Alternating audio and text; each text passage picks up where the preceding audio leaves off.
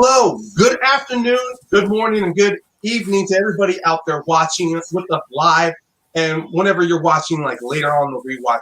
But welcome everybody to Mount Schmoedown. We are here once again in our third week in July talking about factions. I am one of your co-hosts today, Ryan Payne, and on my right is my second co-host, Ben Rayner. Ben, how you doing, man? I am doing well. I'm looking forward to this one, and this is going to be a fun one to deep dive into. Yeah, trust me, the faction that we have selected today, this literally almost any person. This is actually going to be a very interesting one to talk about. But Ben and I are not alone with us. We have rejoined us again, our fellow brother Schmo of the North, Soda. So yeah, applause everybody, adulate him, cheer for him. But also today we have another talking head with us, and someone we've actually have been excited. We're actually really excited to have him on with us. You guys have obviously, if you've been on Schmoedown, if you've gone to Schmoedown shows, you've seen him in the chats, you know, chatting alongside with you. But today he has stepped up from being in the live chats, and he's going to be joining with us, Leo Logan. Leo, so glad to have you here, man. How are you? I'm doing all right. It's a nice opportunity to be on one of those after shows of this kind. Yeah, is this your first time doing an after show of sorts on camera? Yes, it is. Yeah. Oh, we're right on. I can't think of a better way to actually break that cherry. I'm not joking. Like, no, I understand. I understand celebrating something you love. Yeah. No, I was going to add on to it. It's like once you get through your first show, your first taste, your first run, then like all of those nerves are gone, and then it's just excitement to want to do more, or just or it's kind of like doing skydiving. Like you got the taste of it. Are you okay with it? You want to move forward? Actually, skydiving is a bad analogy because we're literally not flying in the air for this. Yeah. I wonder how many people have just in the middle of a free fall just freaked out and forgot to pull the parachute. That would be me probably. So I got to ask you, Leo, well, what got you into the Schmoedown? Well, I've been following Christian and Mark on their reviews on and off since around 2013. Okay. And then when I saw that they were doing a movie trivia on their show in 2014, I thought I'd decided to check out and see what kind of hijinks are going on. So that's how I really got involved, and when everything has grown, that's how I stay tuning in. So you're an OG then? Yeah, one of them. Holy crap! It's always, every time I hear somebody say that they're an OG, it's kind of like you're meeting somebody that you know to like, holy shit, like bow down. You know what I mean? Like they've been with it for a long time. Yeah. I mean, it's always good to meet someone who's been following the shows before the Schmoedown even started. I know I met a couple of fans like that when I went to the free for all for the first time. But even then, it's still awesome to meet so many other Schmoedown fans. Like it's always good to know people who were fans of it way before they started doing live shows. Before it became before Schmoedown became what it is now. Yeah. Yeah, like I'm a season 4 guy. That's when I started. Yeah, same here. Actually, no, technically it would be end of season 3 because it was the first spectacular. Yeah, I came in. Go ahead, Bam. Sorry. I came in on Campino and Mumo, season 3 opener. That was Nice. my intro. Yeah. That's a good one, honestly. Wow. You guys are. I must be the latest one here because I came into the Schmoedown after the after the collision. Honestly, after when Dan had, the one where Dan had won, they did that triple threat with Roka and Riley, and then Sam Levine also won the first free throw. The very first collision. I remember that. Yeah. Mm-hmm.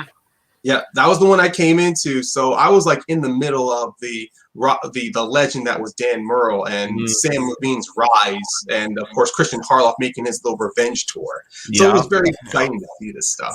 Yeah, I remember that revenge tour because he was like he did not want to be the champion and just ended up being the champion. Oh, definitely, yeah. Like it's so weird looking at that, being a first time fan, watching Christian win the belt, and then Dan saying at that same time, regardless, I was retiring. I'm just like, yeah. Well, I was just getting into you, and now you're gone. Yeah, it was so sudden. Oh yeah, even Carlos said the same thing. Like he didn't know. Nobody knew. Man. You can see on Christensen's face when Dan said that. It's like, oh no, what are we going to do Yeah. now? Yeah. Yeah, it's like Hulk Hogan in the middle of his run, going, "Yeah, I'm out." Or Shawn Michaels just saying, "I've lost my smile." That constant, Exactly. that thing that Ken Knapsack kept saying after he lost to the above the line. I just need to go and find my smile. Yeah, which even still 25 years later is one of the most ridiculous reasons to leave for an injury. All right, but we can before Soda and I divert this into wrestling talk. Let's get into why we are all four of us are here today. We're here, ladies and gentlemen, to talk about possibly one of the most surprising and yet still, I would say, intriguing factions of the Schmoedown, led to, without a doubt, by one of the most eccentric people and most charismatic guy, one of the most charismatic people I've ever seen. That is the Finsstock Exchange, led by Tom Dagnito, Bobby Gucci, Finsstock, whatever name he wants to go by. Mm-hmm. This man literally has written the book on being a manager, and he is reinventing it almost every step of the way he goes. And I'm not saying that lightly. No, you're not wrong. He basically, for the comes to managers, he is the template. Was he the first one? I believe he was, right? Yes, He he was is. one of the Very first. Yeah, I believe that. And when did he officially become a manager? I know it was after breaking up the Mega Powers, but when did he start teaming with the Patriots? Late season 3. Was it After after the Mega Power split up. Okay. Oh no, yeah, it was after, because it was when Jeff and JT were trying to recruit Robert Burnett after becoming the Inner Geekdom champion. Mm-hmm. Robert said no and joined the Four Horsemen. Yeah. Wait, no, Robert won that at Inner Geekdom. I think it was after. No, he won that. He won at Spectacular from a He belt. won at Spectacular, yeah. And I believe but by that point, yeah, I'm trying to remember. line- Was it Burnett they were trying to get, or was it Bibiani at first? Bibiani was the first one brought into the Horsemen. yeah. Sounds like that. It's been a while. It's been a while since I've seen it as well. I just know that Gucci joined them right around the same time Matt and Roca were filling out we're beginning the Four Horsemen stable. And then at Spectacular, Gucci was an official manager and began the run of the Lion's Den. And then once that split up, we all thought Gucci was done, but nope. Anarchy happens. He becomes the manager of Bateman and Riley of Who's the Boss. Yep. And we see possibly, even though Gucci, his character was always like clear, like this, he came up as the weird guy who would just you have no idea why he's invited to a party, but for some reason is always able to get he's always able to grab the attention. But then he gets more douchey and arrogant down the road. And then once the Lions Den broke up, it's like, it's kind of like what happened, like like when high school you meet the most popular guy, the jock in school, then 5 years down the road you see them not at the end of the rope and you're like, oh, what happened to him? Yeah, beer belly, hair weave, still wearing the old high school jacket. Back in my day, like that kind of guy. Yeah, I remember my game-winning touchdown against Magnus High where I threw 50 yards, man. That was it. And the scouts, the college scholarship that all came through, But I had 4 touchdowns in one game, guys. Yep. For those of you who get that reference. But even then, speaking with Gucci himself as a manager, the moment he became part of Who's the Boss, they have that great run in the team's tournament, almost nearly beating the Shire Wolves. Yeah. Then the following next year, Gucci, we see the unthinkable. Gucci becoming a manager to John Roca.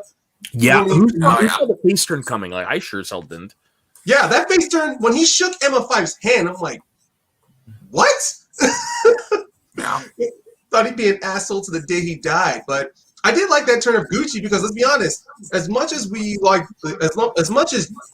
jerk Gucci or douche Gucci was, Gucci as a face, douchey, as much as douchey was fun to watch, him as a face with the Horsemen was even better because, come on, let's be honest, his little at the free for all 3 when he says winners may wear Prada, but only God wears Gucci. His Gucci-isms did not become that highly popular until he, really like lowered his act a little bit. Mm-hmm. And it kind of helped when the Finstock exchange came in. But let's just get into it with the Finstock exchange. At the end of season 6, the Horsemen had the team's belts and the singles belt with the newly won champion Ben Bateman. Mm-hmm. And when the new was announced, Christian had said at the time the rule was the top 5 teams and singles players can still be retained by their managers, or at least by any faction that drafts them. So their records and everything will not be taken away or broken up. And Gucci at that time, he had teams champion. He had 2 teams of Who's the Boss and of course Founding Fathers, all three championships belts under him. So the real question, so it was obvious going into the draft who he was selecting, but it was hilarious what was the order he was going to select them. And so we get into the draft. He selects Ben Bateman first, then comes Mark Riley, then he gets Merle, and then Roca.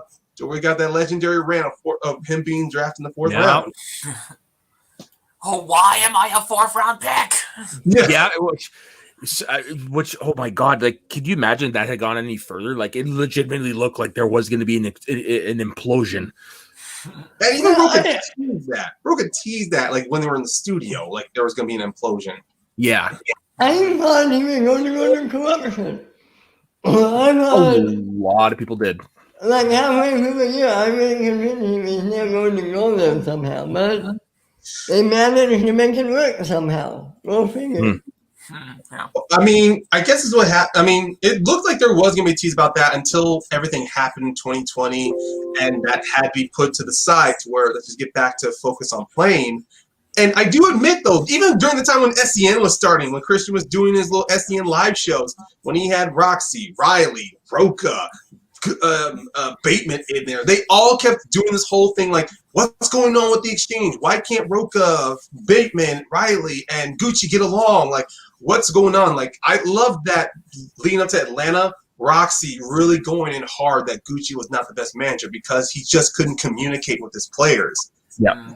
It was a very great threat going into Atlanta because Roxy was playing up against, at the time, their draft pick of Emily Rose Jacobson in Inner Geekdom. And it was such a good thing. It was a great hot button topic, honestly. I mean, because outside of the 4 he picked, and Emily Rose Jacobson, he ends up drafting Barbarian. He drafts, oh my God, who? Wow! Out of those, give me a second. I'll bring it up. Just give me 1 second. Yeah, you go right ahead. Oh wait, Cody Hall. Do you have it near you? Cody Hall. Yeah, he drafted Cody Hall, if I remember. And Gray Drake. Gray Drake, correct. Yes, correct. That's 8 already down. The other 2, I believe he didn't have a Star Wars player at the time, did he? Andrew DiMolanta. So Finstock Exchange. Yes. Andrew DiMolanta. Wow. This is the second time I've forgotten to talk about him. Let's not forget Sabrina. And Sabrina later. But I'm talking about the first draft. Yeah. Oh, yeah. You're talking about Sabrina. Wasn't Brandon Hannah on that or no? No, he was taken in by the Den first. Okay. Yeah. Okay. There's one player I'm forgetting that that Gucci drafted at that. BC Ben Campbell. Yeah, that's right. BC, that's right. He ended up never playing. No. Yeah, but he never got to. Jackass BC. Right. Jackass BC, yeah. Because at the time he was also he's also a wrestler as well. So he was doing wrestling shows. And I remember in Atlanta he accompanied he accompanied Emily and Bateman down to the ring, and he was already a champion like wrestling as well. But of course 2020 happened, he probably just couldn't commit just like so many others, and he got dropped, and then he got Sabrina coming in. Yeah. Yeah, that was his only appearance with them, if I'm not mistaken. Yeah, probably. Yeah, and Cody had he didn't play as much either because he was doing a lot behind the scenes stuff. But even then, looking at that faction, just looking at that overall list of players there, you had 4 dominant players out of Riley, Bateman, Merle, Roca. You had an upcoming star in Star Wars of DiMolanta.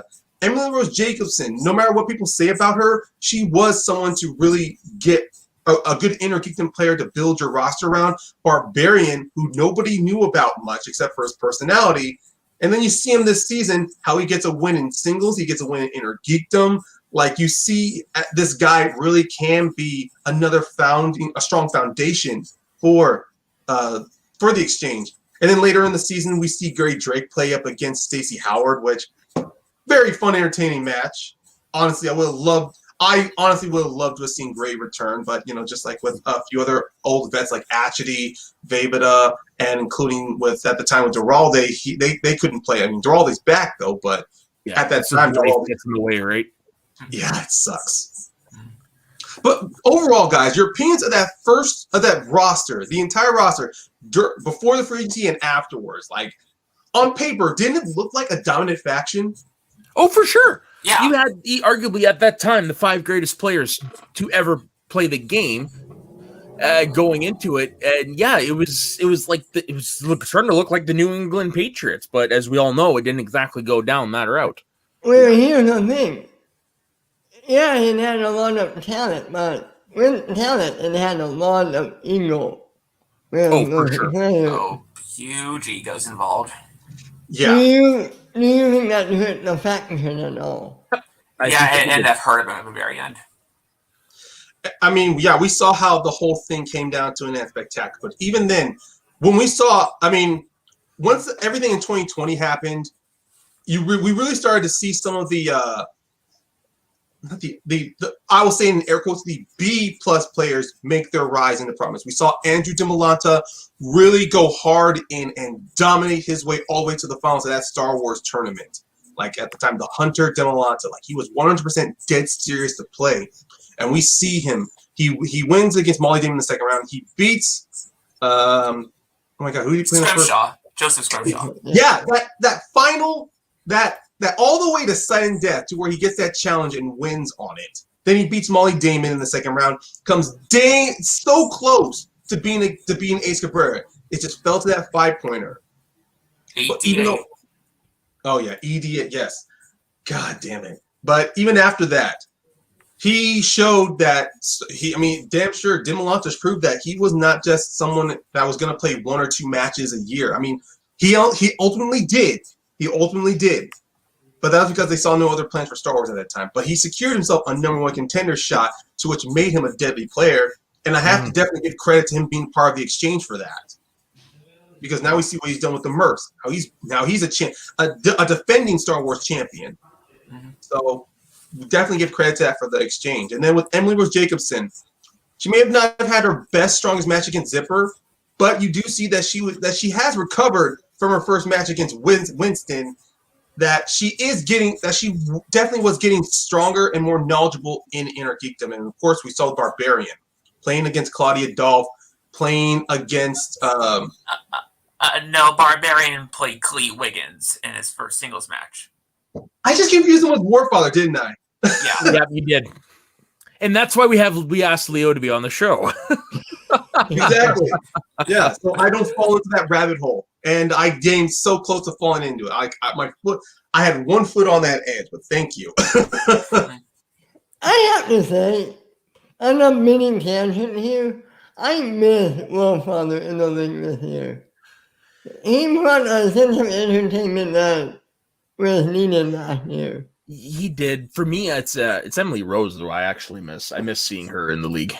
Yeah, she had a very bubbling personality. Oh, yeah, and then I got to interview her. It was actually my very first interview right after the live event in Atlanta that year, last year, and she couldn't have been nicer to me. She was great. I want to see her. Hopefully, it's in the cards to return to the league. Same here. I would definitely love to see her. Leo, right now, anyone from that? Of course, we've all been doing a lot of. I've mainly been doing a lot of talking here, but just from your overall look of the exchange, like from your own personal opinion, I mean, with the exchange, like which players did you think really showed some great improvement or really were able to become like bright stars? You obviously take away the 4 heavyweights, honestly. Yeah. Well, DiMolanta being a bright star, obviously, and well as Barbarian. Those are my top 2. Ben, how about you? I mean, it might be the same going on there, but just even then, regarding of wins, you just take out wins and losses. Just that during season 7 for all of you guys, players that were able to really show their weight. Like honestly, I had a lot of doubts with this whole factions, but I did love the fact that we did get some great matches out of all these players. Be honest, it was a barbarian. I mean, I agree. we did. I don't know if we saw it in the record, but we saw. We couldn't tell there was something there behind the scenes, and now with this season, we're finally seeing what it is, and more importantly, Christian season, and that's why I believe Barbarian and Worker, with one of them heading the faction, I think it's working. I think it's paying off big time for them, in my opinion. But I agree. Barbarian was easily the biggest surprise to come out of that, not just in terms of personality, but or in gameplay, but just in terms of, he's one of the he's going to be one of the constants going forward. True, and game and the knowledge of the game itself. That's what surprised me. The knowledge he was able to gain in that short period of time, it was awesome. Yeah, I agree. What about you, Leo? Was there anyone that stuck out to you last year? Well, I mentioned Barbarian and Demolanta, but yeah, other than that, those are the only two I can think of.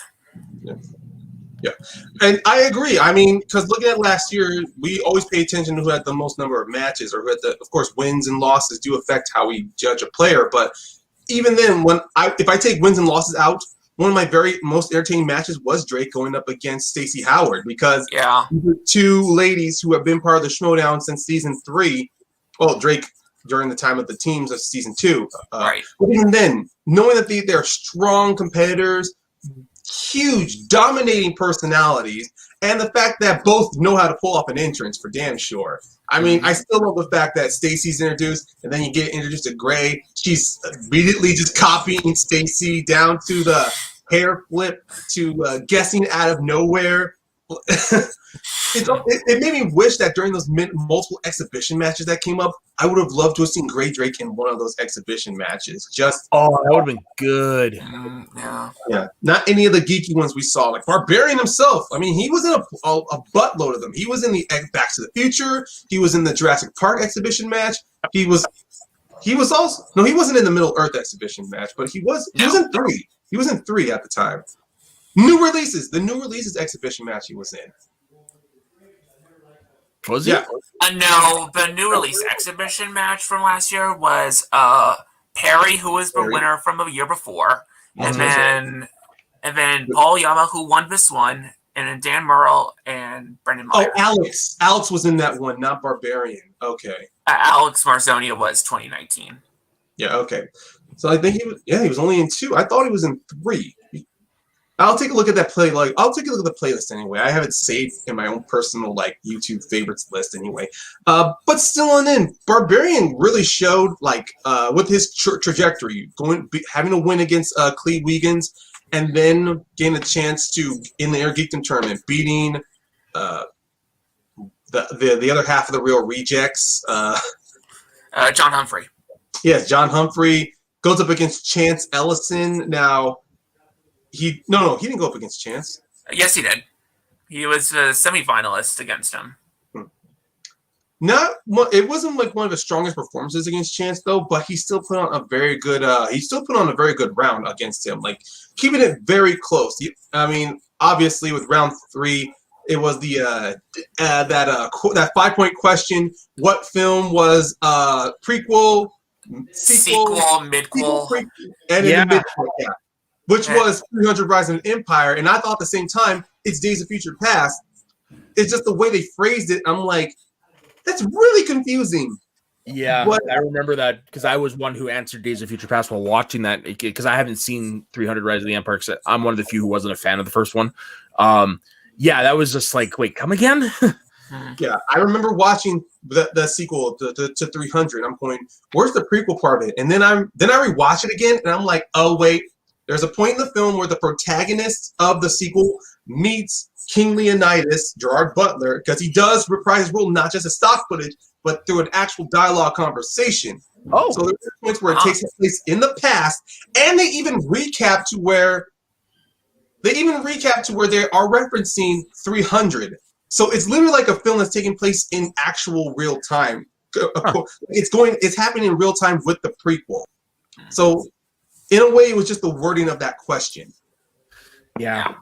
That's why they're now putting emphasis on a lot of on making sure things are worded just properly now.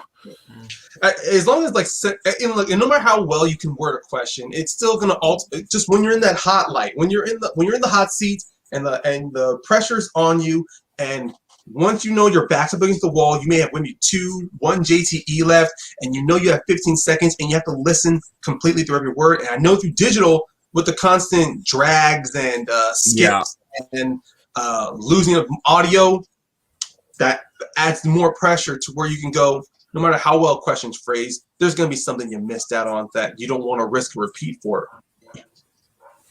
Mm-hmm.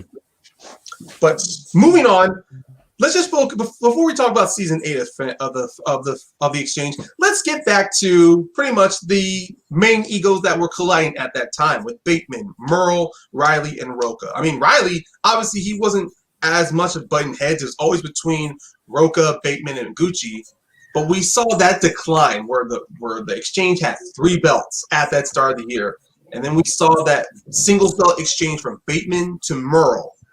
And I do remember there was that little contested issue of Gucci can't be representing both players because it was Merle versus Bateman in Atlanta.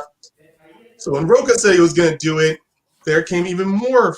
Everyone's making even more big controversy over it because they're all like, "Does this mean that Rocha is going to become a manager, or is it just that Rocha is going to be fighting up against Gucci?" That was laid to bed. But let's just jump all the way to the singles match. Let's talk about Dan Merle's 2 title defenses.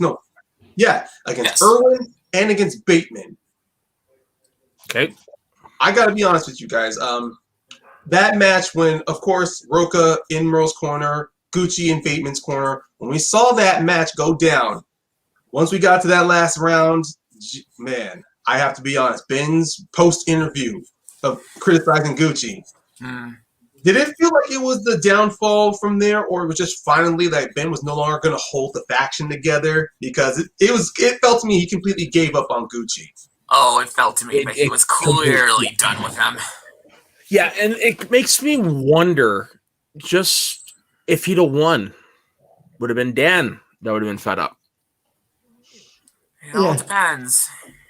I mean, you do have a point. I mean, Gucci, even though Gucci was in Merle's corner against Irwin, and that too also went to sudden death, there were still a couple of calls that Gucci made during that match to where I'm like, I wasn't sure if he was trying to help Dan or, help Dan maintain a lead or trying to keep him to where Dan's not going to take any risks. Mm-hmm. And that one was kind of difficult for me because I thought Merle, if he had lost, would he have also had some words on Gucci's management to where, like, let's say in the betting round, even though, let's say Merle said, I kind of wanted to go 1 point, but Gucci thought it was better, I went 3 points. And let's say if that factor ended up changing to where Merle had lost, like it didn't go to sudden death. Mm-hmm. Well, that also have begun the downfall. But even then, with the Founding Fathers, when they lost to corruption, and then they lost again to the final exam, then, that short teams tournament coming up, where Gucci, he had 2 top teams, whose boss had that shameful, that humiliating TKO against Shazam. Mm-hmm. And then the Founding Fathers. Like, it was really like, I think this showed one of the downsides of having these dominant players in your team.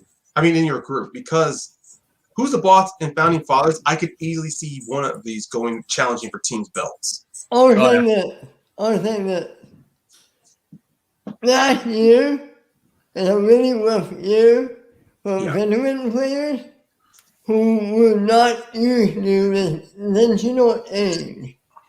And when you have 4 vets on one faction, who's not used to playing like this, who's used to playing in the studio, I think that's what hurt them the most last year, in my opinion. Yeah, Bateman didn't have a good showing that season, and Roca didn't have a good showing that season. Yeah.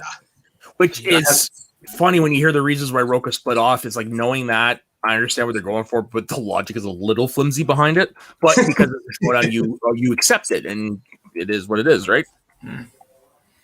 I mean, not. There's honestly not much you can do. I mean, everyone. I mean, let's be honest. After when Gucci decided to choose the Founding Fathers to go in that team's tournament, well, everyone thought that it was more smart to put who's the boss in there, so you wouldn't put that much pressure on Dan.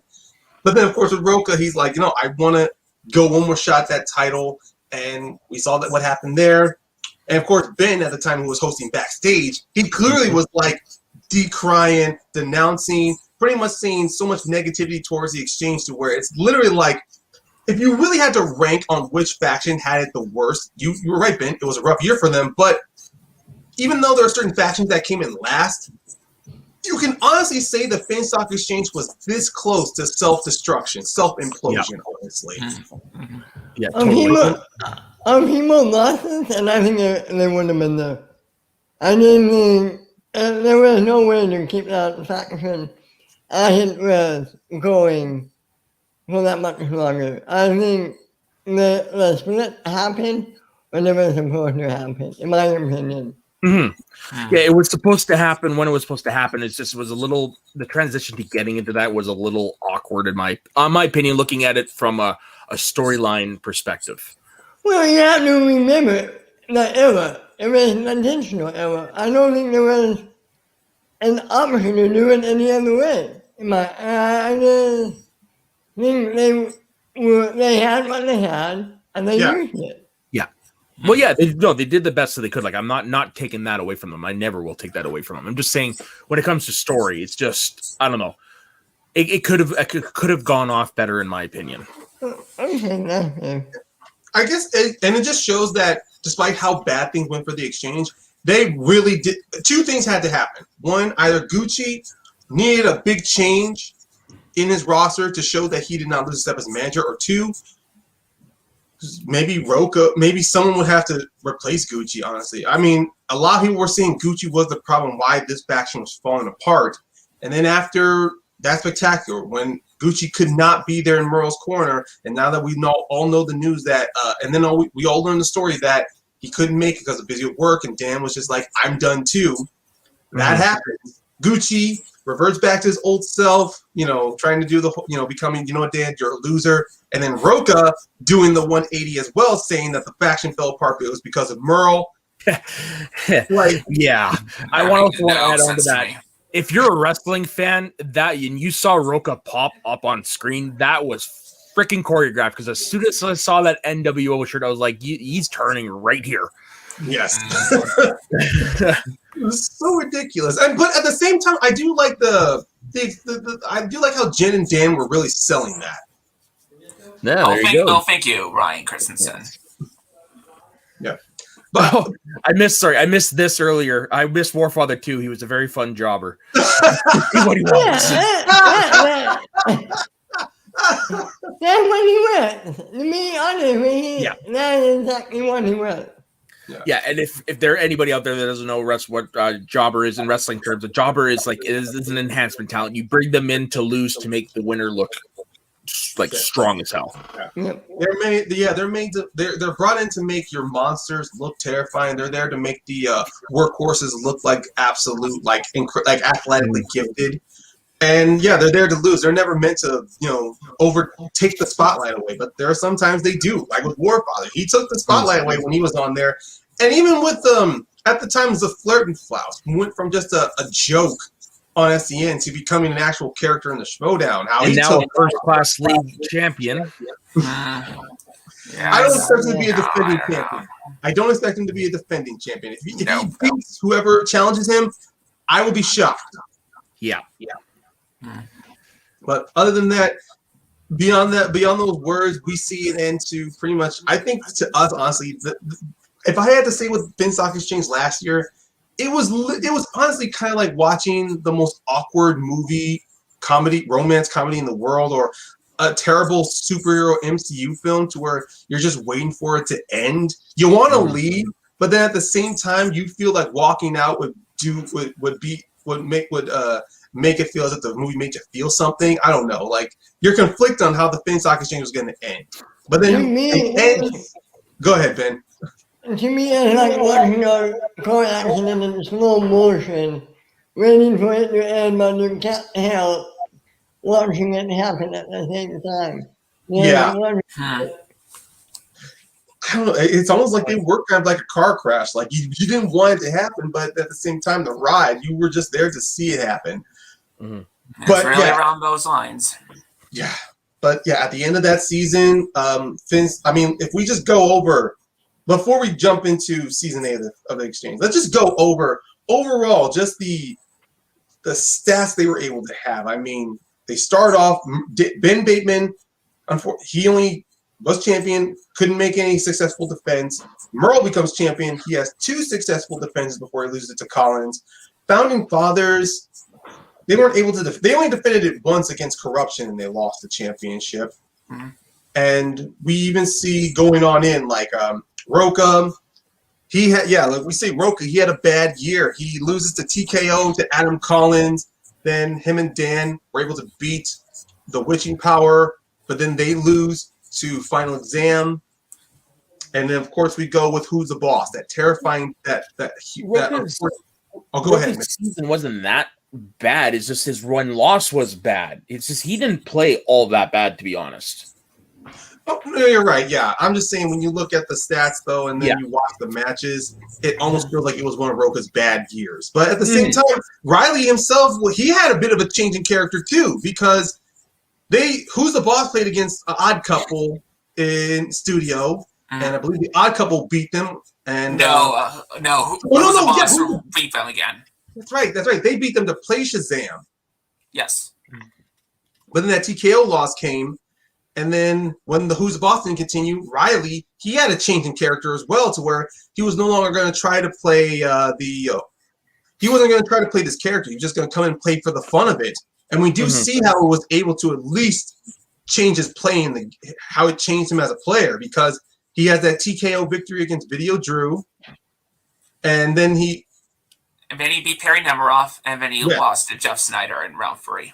Yeah. So we did see that out of everyone in that faction, the only other than Barbarian having himself some good wins, at least having a good record in singles and Intergeekdom, Riley was able to pull out well. Although unfortunately for Sabrina Ramirez, her debut wasn't very good against Vinny. But unfortunately, but even then, Sabrina did have a lot going in, because people recognized her from First Take. She was on SDN a couple of times. So when she got picked by the Finstock Exchange, a lot of fanfare going in behind her.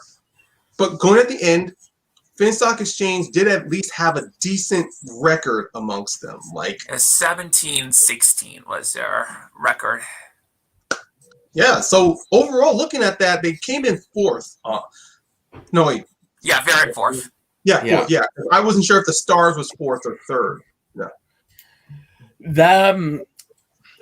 Basically the only way I could describe last year's version of the Finstock Exchange was disappointing. Just because you had all the expectations going in, and then where they were at the end of the year, it's just there was more there, but it's just the way it is when the stuff isn't scripted. Start off strong, but peters off at the very end. Exactly. Yeah. I mean, like the Canucks a couple years ago. To quote Shannon, which I don't like to, it was a marathon, not a sprint. Yeah, exactly. Mm-hmm.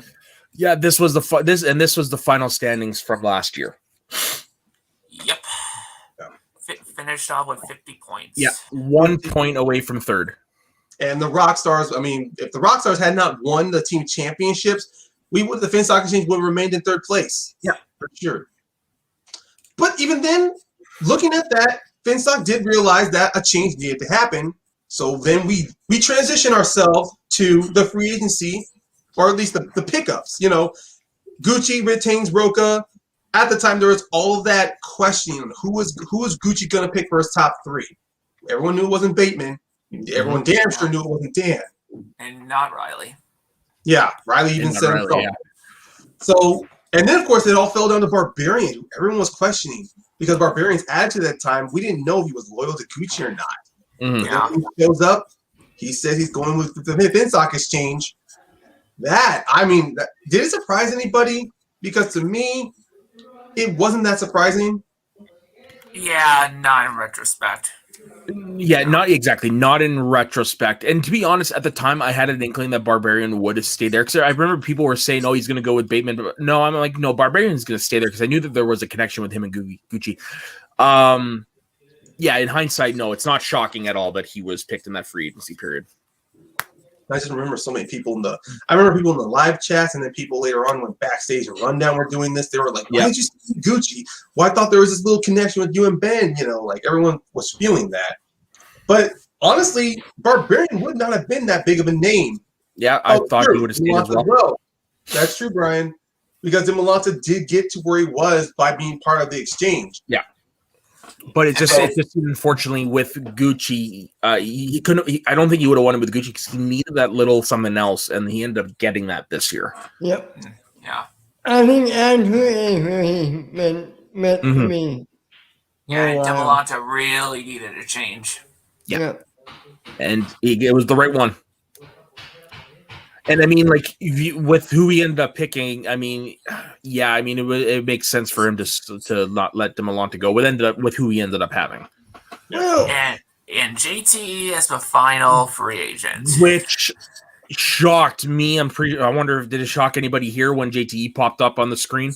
Yeah, it did. I was surprised to see JTE. I was like, oh, he's not being drafted. He's actually going to be retained.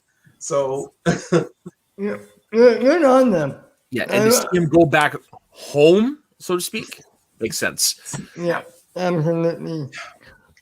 Although part of me knew that it would have been bureaucracy. No? Yeah, no, I think JT's time with Snyder is over. He just wanted to go on his own path. Yeah, exactly. Like, I mean, teams, again, wrestling, teams, I've seen teams reunite after years apart, and it's just not the same. Just not the same. You can't capture lightning in a bottle twice. So, I mean, if anything, there was potential where it would hurt the Patriots' legacy. That makes sense. Okay, yeah. And at the same time, Snyder was he was truly on a different path. I mean, he was showing himself a little more of a humble player with the Odd Couple. Come on, looking at him in the singles tournament, he was able to get all the way to the finals against Adam Collins. Mm-hmm. All it took was Collins to miss one question, and we would have seen Snyder versus Merle. There was no, I don't think JT would have hindered him, but yeah, their styles, their attitudes would have been completely different. And we never got to see and I'm not going to say this because we will never know what it would have been like with JTE with Roxy in his corner during 2020. But even then, JTE, when I saw him at the horror free-for-all, it looked like he was just there to play. He wasn't there to be like invested into the Schmoedown just yet. When I did see him, I'm like, oh no, JTE, he's back to play. And with the Odd Couple just becoming champions, there was no way they were going to break them up just so we can have Snyder and JTE reunite again. That would have been too much of a hassle, honestly. No. Yeah, I agree with Brian here. Like, there was a time where the idea of JTE and Roka being on the same faction was just mind-boggling. Yeah, they went from enemies and a few seasons ago, and now they're buddies. Yeah. It's like, okay, like, I mean, I'm sure it's basically based on mutual respect, but still it is very weird, very weird. It's like, I know not to the same extent, but it's like in 2001 where Triple H and Stone Cold became a team. You're like, just 2 months ago, you were in a 3 stages of hell match. Yeah. And now you're okay. Yeah, that's one of the fun things that I liked about the Anarchy tournament was you take people that you didn't really think were going to work there. Like, I didn't think that Snyder and Draco were really going to work together, but that happened. Did.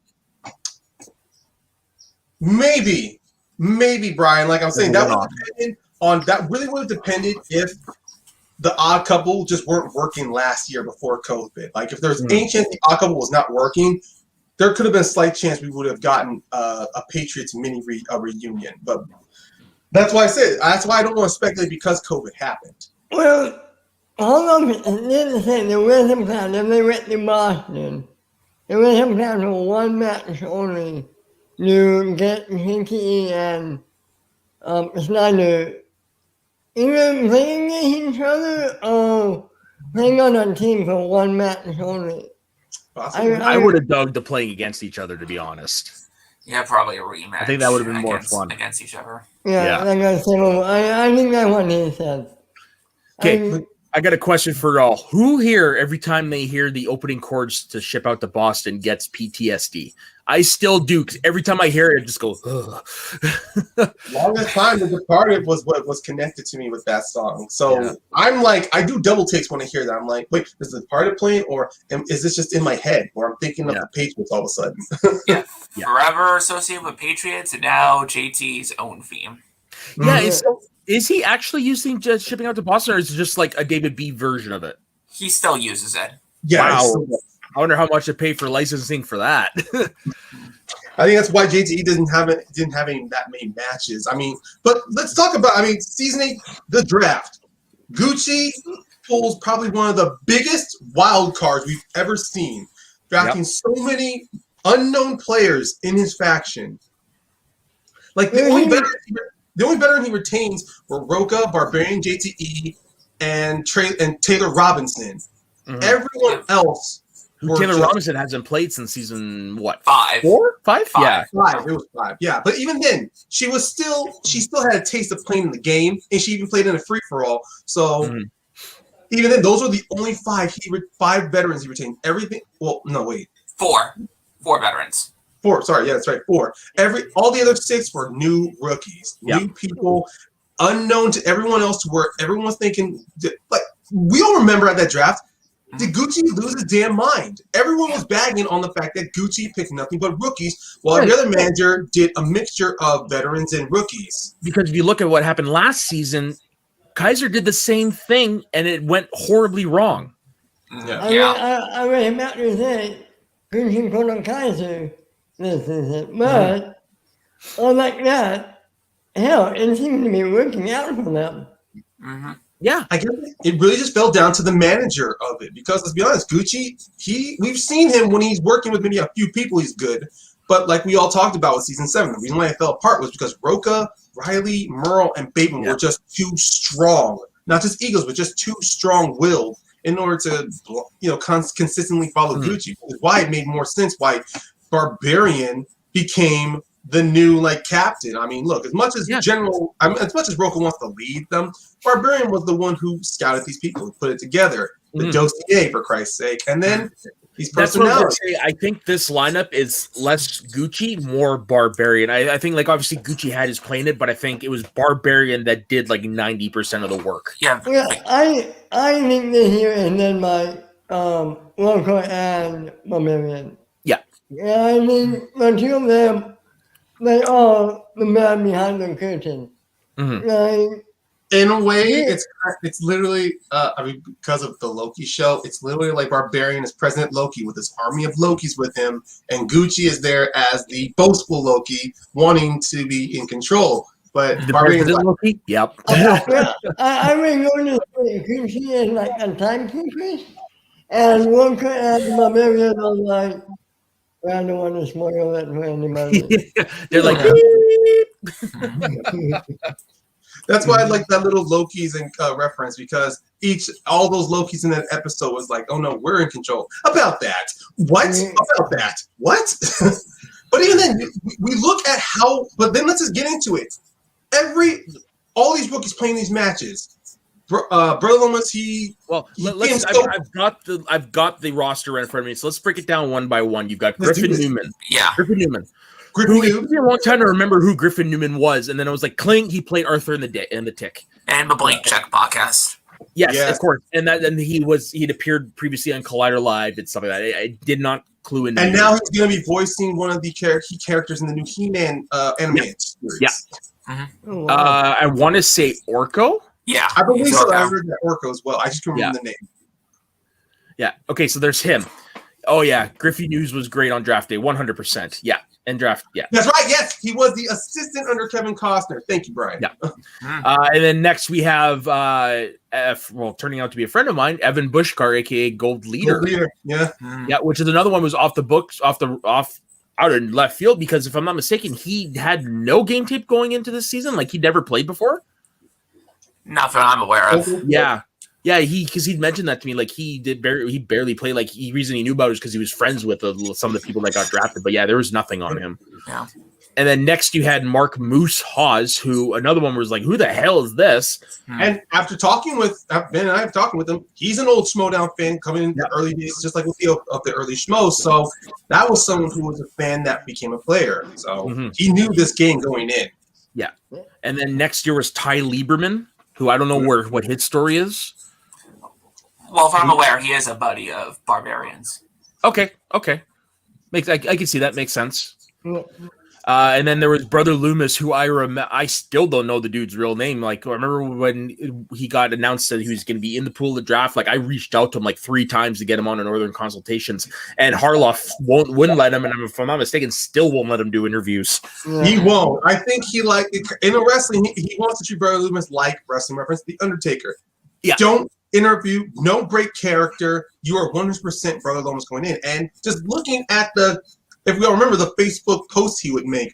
Yes. My children, the day of reckoning will come where the Schmoedown will be enlightened by the purely holy fire that I and Preacher and Brother Gucci will bring to you. You know, all those promos like that. The black and white monochrome background color, that filter you would have. Yeah, I see what you're describing, like keep him like the Undertaker, but in truth, he is more of a Bray Wyatt in a sense, but with the Undertaker mythos thrown in there.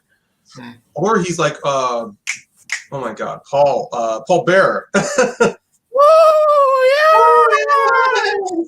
yeah! That's the first time I've ever attempted a Paul Bearer too.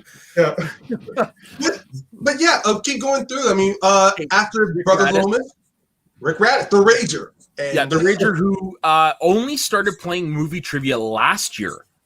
Wow. Yeah, because he started in the Spin from the Wheel. Yes, guys. Yes. Yeah, and he only started last year, and he just did it for fun. And then, lo and behold, they managed to get him in there, and it's like Gucci's bastard son. It really is. No, we're not laughing at that joke. But it's like it's true. It's like Gucci's drunken one night mistake with Courtney Love. Oh, and Tiffany Smith. Oh, wow. But the difference is, That's a long time between Finsstock and Tiffany. Yeah, Yes. that's what really happened on Schmo's After Dark that never aired. There you go. And then after that, now, this is the one that was the most. You look at him and you're like, he seems very unassuming, and it's Jeffrey King Khan. Yeah. You look at him, I'm like, I don't know what to expect from this guy, and then lo and behold, he's like freaking. He literally is King Kong.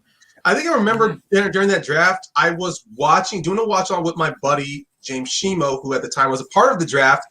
His nickname when he was playing trivia was the King of Hearts. So when he was doing that whole tease of I'm gonna pick a king, and we're like, I was looking at him like, you've been drafted, and he says King Kong. Pissed the fuck off, honestly. But he's killing it in the FCL right now under his new name, Sinister. But even then, it was kind of like that nice little, even though it wasn't a swerve to everybody, but for me and him, because we knew what his nickname was, it was a good swerve for us. But yeah, King Kong proved himself a very great player.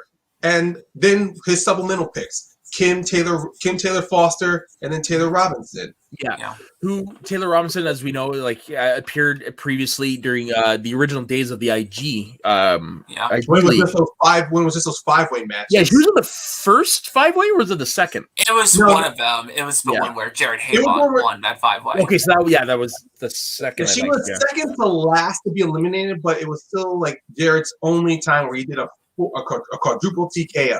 Yeah. And then Kim Taylor Foster is a name that I'd only heard in the Twitter sphere just because of who she is. I didn't know anything other than that about her. Like she runs Fandom Entertainment.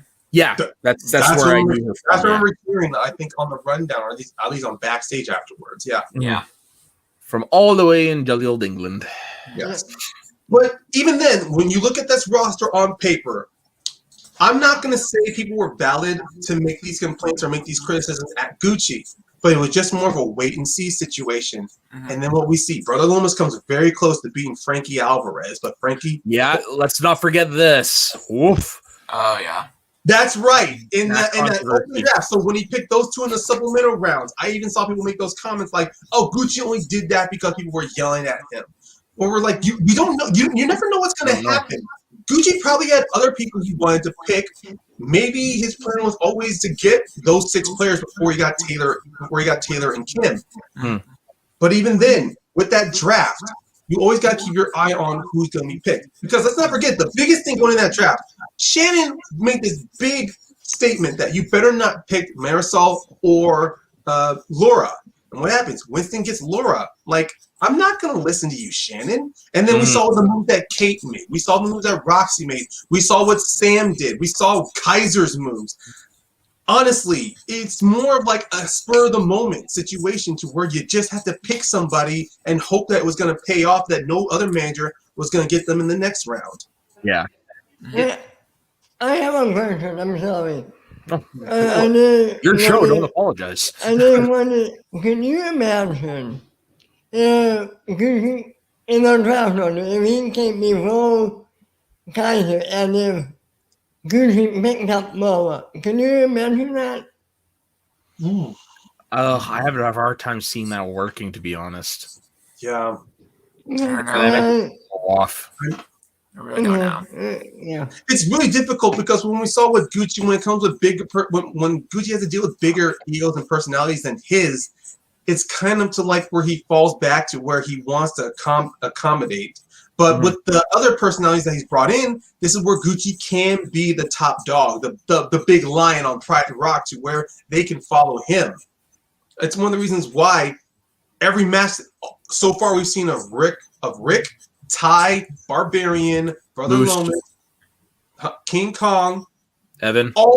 all of them got to show their personalities out of the gate, and their performances were able to really complement their personalities. I don't know if there's any hockey fans in here, or is there? I know Ben knows a little bit, but so I mind following. So when the Vegas follow Golden much. Knights were did their expansion draft, I remember everyone's looking at the team like, who are these people? Because it was literally just a bunch of rejects from the other teams that nobody knew about.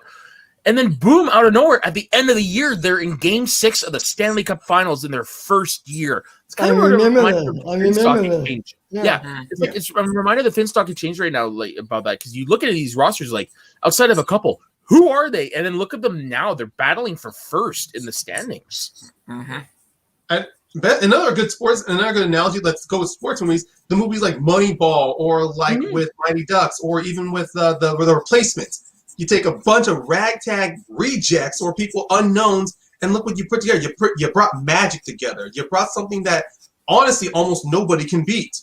Yep. I mean, so far the Dungeon are in the lead, obviously. But what the Giant. The Little Giants. Yes, the Little Giants. Yeah. Rick Moranis and Ed O'Neill in that classic. Yeah, that's a great. Yeah. But going in with these stats so far, going into the middle, almost every player outside of Taylor and Kim, Finstock has done nothing. The exchange has done nothing but give TKOs to their opponents. That's why they got that new merch. This is the Finstock, the TKO stock, or whatever that little tagline was that Ty or Brother Lomas, whatever that tagline that Ty said after he TKO'd Bradley Tingle. Ty That's right. But yeah, it just shows that Gucci and Barbarian were dead serious. Just like how Kaiser was dead serious on getting these big hitters in his team. Gucci wanted to think of the future. He wanted to find people who were dead. That's another good comparison. The good one. Bad News Bears. Exactly. And here is the shirt that we were just talking about. Yep. TKO Finstock. Yep. Exactly. Nice. I mean, just looking at that, I mean, you do see why with the Finstock Exchange, Gucci shows that, yeah, he may have had a bad season last year, but he did not lose it as a manager. He is 100% dead focused on proving he is the best manager out there. Even if they don't win the faction championship, Gucci has shown so far within these past 7 months that he and the Finsstock Exchange have are doing big things. I mean, Brother Loomis gets his first TKO, beating Beth May. Ty may have lost, and so did Barbarian may have lost. But even then, both of those players put together 2 damn good matches all the way down to the 3rd round. I mean, Ty went perfect. Ty and Josh went double perfect. Oh no, no. Ty missed the question. Josh went perfect, but even then, but he went perfect in his 2nd round. Ty did. Yeah. But just going on, the caliber of players he got is incredible. And also let's not forget the free for all. Kim Taylor Foster in that later in that third act of when she came in, staying in nearly all the way towards the end. I mean, it went down to Bateman and Odama, obviously, but she stayed in that, getting swept off just like with so many other players. And let's not forget Griffin News. He has 2 wins under his belt now, and and I'm even excited to see who's going to play next. He's kind of on the same trajectory as Kevin Smith, becoming a very good, knowledgeable player. I mean, Kevin Smith, obviously, he's a director, but even then, Griffin News is proving like so many of these actors that's coming in the Schmoedown, he knows his knowledge and he has a strong personality to carry himself through. So believe me when I tell you, I would not be surprised either by the middle of the month or with this next tournament coming up, Griffin Newman is added into the singles tournament. I think they got a huge decision with your singles picks from that tournament. Yeah, no kidding. Like Griffin Newman has the potential to be the bracket buster. How many players are we getting? Do we know yet? 4 per faction. Okay, that makes sense. Okay. But yeah, but as we are definitely winding down here, we're gonna wrap up soon, guys. You're just so far. Looking at the trajectory of last year to right now, if we had to speculate on where we think the Finsstock Exchange is, actually no sense. Let's just say our overall opinions. Like, it's obvious, Finsstock Exchange has shown great improvement from last year, from where they were. Do any of you see them maybe getting towards first place, winning the faction title, or do you think they're going to remain in the top 3? I do. I see them possibly in contention for the title this year. I think they could win. See, if they continue how they're doing right now, definitely. Right. Leo, your thoughts? Well, I'm half and half. If they do go to number 1, then props to them. But I can also still see them within the top 3. So let's all wait and see how the year ends for the exchange. Yeah. They'll definitely be top 3 for sure. It's just as long as Dan Merle is still the champion, I do not think they're going to pass him. Yeah, and that all depends on next month in August if Dan's able to retain that championship, because he's got not just August, but he's gonna have after Irwin, he's gonna have another contender. It's either gonna be Kevin Smith or Marisol McKee, honestly. And whoever comes out of that singles tournament, Dan's gonna have a lot on his plate coming through. But even then, I do feel the Finsstock Exchange. I think they could make it to the championship. But I think they're gonna fall in second. Because right now, I think their only weakness at this point, outside of singles and teams, I mean, they've shown great players in Star Wars, singles and teams. Right now, Energeekdom is proving to be that one little weakness that they need to strengthen up on. 100%. Barbarian, because Barbarian, he was meant to be their heavy hitter. He loses against Damon. Yeah. And then with Taylor Robinson, she loses against Greg Alba. Yeah. And Moose, TKO over Jacob Winhaven, but then lost to Amarillo after a very poor Middle Earth round. Yeah. So one thing's for sure, with this Energeekdom tournament coming up, because one thing that showed last year, tournament season can really change the way you can change the flow of the faction standings.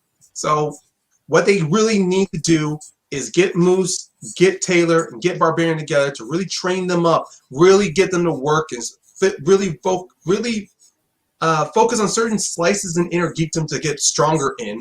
So by the time that tournament comes, maybe they can do what Corruption did last year and have 2 of their players in the finals to where they can secure themselves at least a spot in the top 5, top 3. Yeah. Otherwise, they're going to have to put all their baskets once again in singles again. I need him for now. It's very Very risky. much. All right, who wants to go first here? Who wants to? Leo, tell everyone where they can find you. Well, you can find me all around the Facebook group making random posts for the Schmoedown Facebook group, and also you can find me making edits on the Schmoedown fandom page after I update when the matches have been aired. So, hey, that's all I got, and thank you guys for having me on. It's a blast talking. Totally. So it's you who does the wiki then. Yeah. Okay. And then some other users help fix things up. Well, it's good to finally put a face to that. It makes sense too. The wiki has been a definite lifesaver because as much as I like to take small little notes outside of it, like just get like the points breakdown. It does help always going on that site just remind, okay, quickly the record, exhibition match they played in, maybe what kind of nominations for awards they had. It's always good to help remind myself of that, or at least find certain patterns, like how many times they played this certain player. It's always good. It's always good to have that stuff down instead of just flowing through my notes. Like, okay, they played this guy, they played this guy, they played this person, they played this team 3 times, they played this person. You know. Yeah, it can be a handful. I can imagine. So now, where can everyone find you? So you can find me on my personal Instagram and Twitter at soda_the_saxman. You can also find me pretty much all over this channel on Shooting the Breeze, Recapping the Past, Get Sweaty, and the Schmoedown Night in Canada shows. Tonight I'm producing another edition of Let's Talk About Star Wars, where we'll be ranking all the Jedi in Star Wars, both Legends and canon. Nice. And then starting this week, we will be debuting a wrestling show on this channel. Myself and Dustin Dubuque, who is one of the rotating co-hosts over on Speaking in Schmoedown.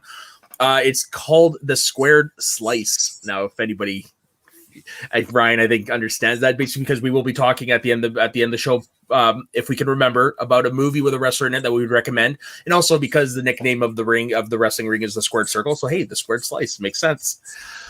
So yeah, that's where you can find me on that. Otherwise, you can find me laughing and making fun of people while playing softball twice a week. And Ryan, how about you, my man? Well, similar like Soda, you guys can definitely find me here on the Schmoes of the North Network, not just with Mount Schmoedown co-hosting with you, Ben, but also every now and then when we're invited to give our opinions of the Schmoedown matches of the week from the Schmoedown Night in Canada. But also, if people are outside of Movie Trivia Schmoedown, I do, along with my friend James Shima, who is a current first-class league competitor, we do reactions, discussions, and breakdowns of certain shows on his channel, Shima Nair Productions. We've done live watch-alongs so far to most of the Marvel shows from WandaVision, Falcon Winter Soldier, and just recently we wrapped up on Loki. We're currently doing ourselves live reactions to The Bad Batch, and we're definitely going to be doing live reactions to What If, and to Hawkeye, to Masters of the Universe series. They're all watch-alongs, though, so it's kind of like we can't show you the clips, honestly, because of fear of copyright. But if you want to see our general, honest reactions to the show and our watch-alongs, just pop in. We'll do our best to give you timestamps to where when we start watching or certain moments. That way you don't feel too left out. But otherwise, you can just check us out, see our honest opinions, and hopefully you enjoy them. Right on. Yep. And you can find me at man_ranger on Twitter. Everywhere Matt said on here, and I'm all over the place. That's where you can find me. And until next week, everyone, thank you for coming by, and see you then. All right, take care, you guys. Thank you. Stay ready. Thanks.